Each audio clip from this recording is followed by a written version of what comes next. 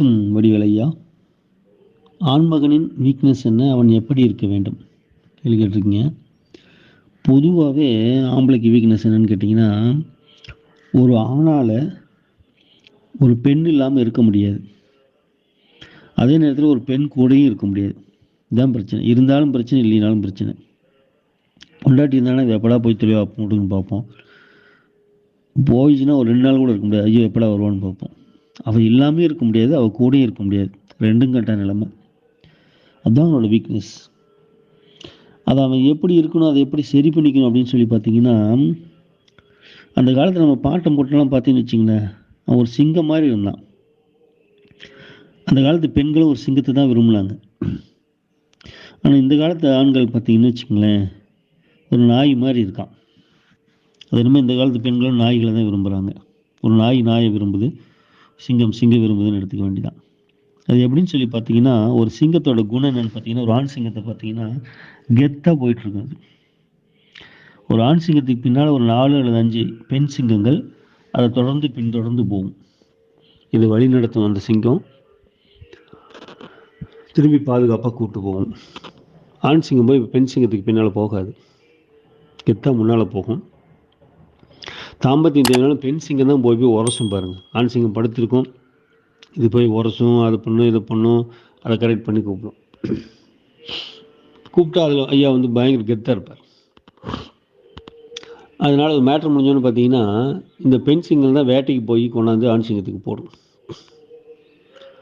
அதால் முடியல, தடுமாறிட்டு பெரிய ஒட்டை சிங்கம் மாடிச்சு, 4 பெண் சிங்கம் பின்னால் வந்து அதுவும் இப்போ சாப்பிடிக்கும் போது தடுமாறிட்டு கிடக்குறாங்க, உதவாங்கிட்டு இருக்காங்கன்னா, முடியலன்னா கூப்பிடுவாங்க, பார்க்கும் போகும், ஒரு கர்ஜனை பண்ணும், எகிரி ஒரே ஜம்ப் அடித்து கீழே தள்ளி போட்டு வந்துடும்.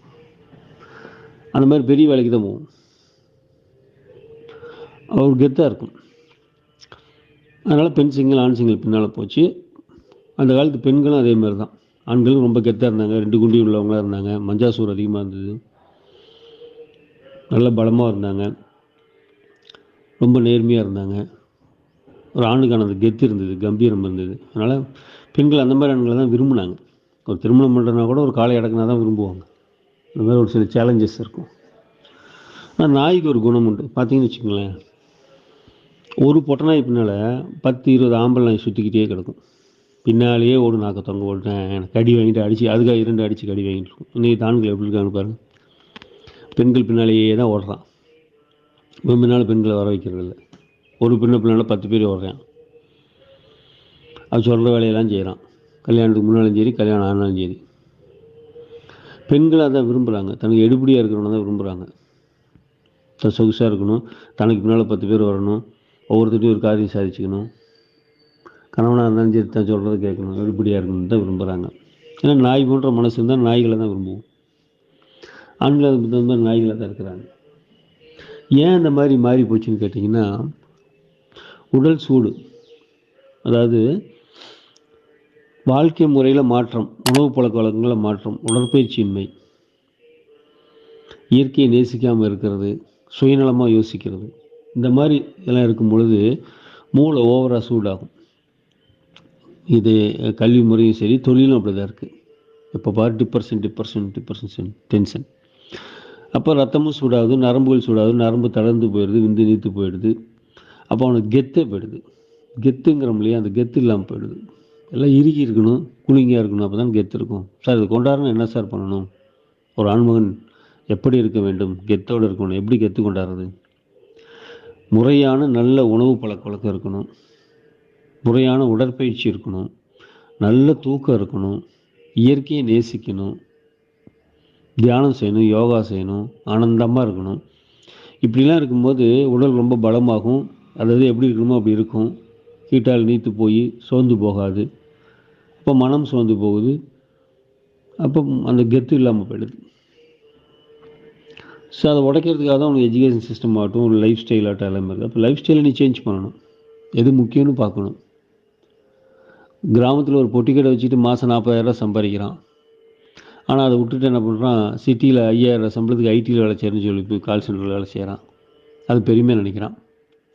4 பேர் 5 பேர் சேர்ந்து ஒரு 10க்கு 10 ரூமில் வாடகைக்கு எடுத்துருக்கிறான். கண்டதை சாப்பிட்றான். எப்போ பார்த்தாலும் ஃபோனில் ஒய்ஃபைல இன்டர்நெட்டில் மாட்டியிருக்கிறான். இந்த பிள்ளையும் வந்து பொட்டி கடையில் ஒரு மளிகை கடையை வச்சுக்கிட்டு ஒரு கிராமத்தில் 40,000 சம்பாதிக்கிட்டு கல்யாணம் பண்ணிக்க மாட்டா. அவன் ஐடி ஃபீல்டில் இருக்கணும் தான் நான் கல்யாணம் பண்ணுவேன். கல்யாணம் பண்ணுறதுக்காகவே பொட்டி கடை விட்டு அங்கே போகிற இருக்கலாம் 10,000 சம்பளத்துக்கு. 10,000 சிட்டியில் என்ன பண்ண முடியும்? இதுக்கும் எல்லாத்துக்குமே 2,5 லட்சம் 3 லட்சம் மாத சம்பளம் வேணும். மேக்கப் மட்டும் 30,000 எங்கே போகுது? அதில் கல்யாணம் ஆகி தொலை மணிக்குது.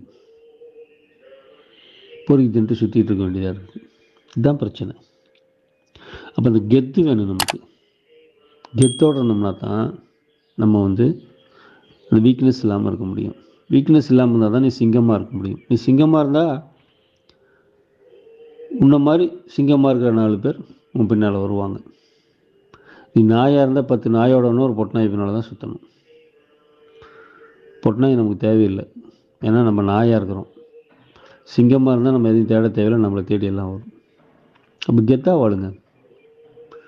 அழகான உடல், அருமையான உள்ளம், ஆரோக்கியமான வாழ்க்கை, ஆனந்தமான சமூகவியல் இருங்க. நமக்கு உண்டானதெல்லாம் தேடி வரும். என்ன புண்ணியம் செய்தேனோ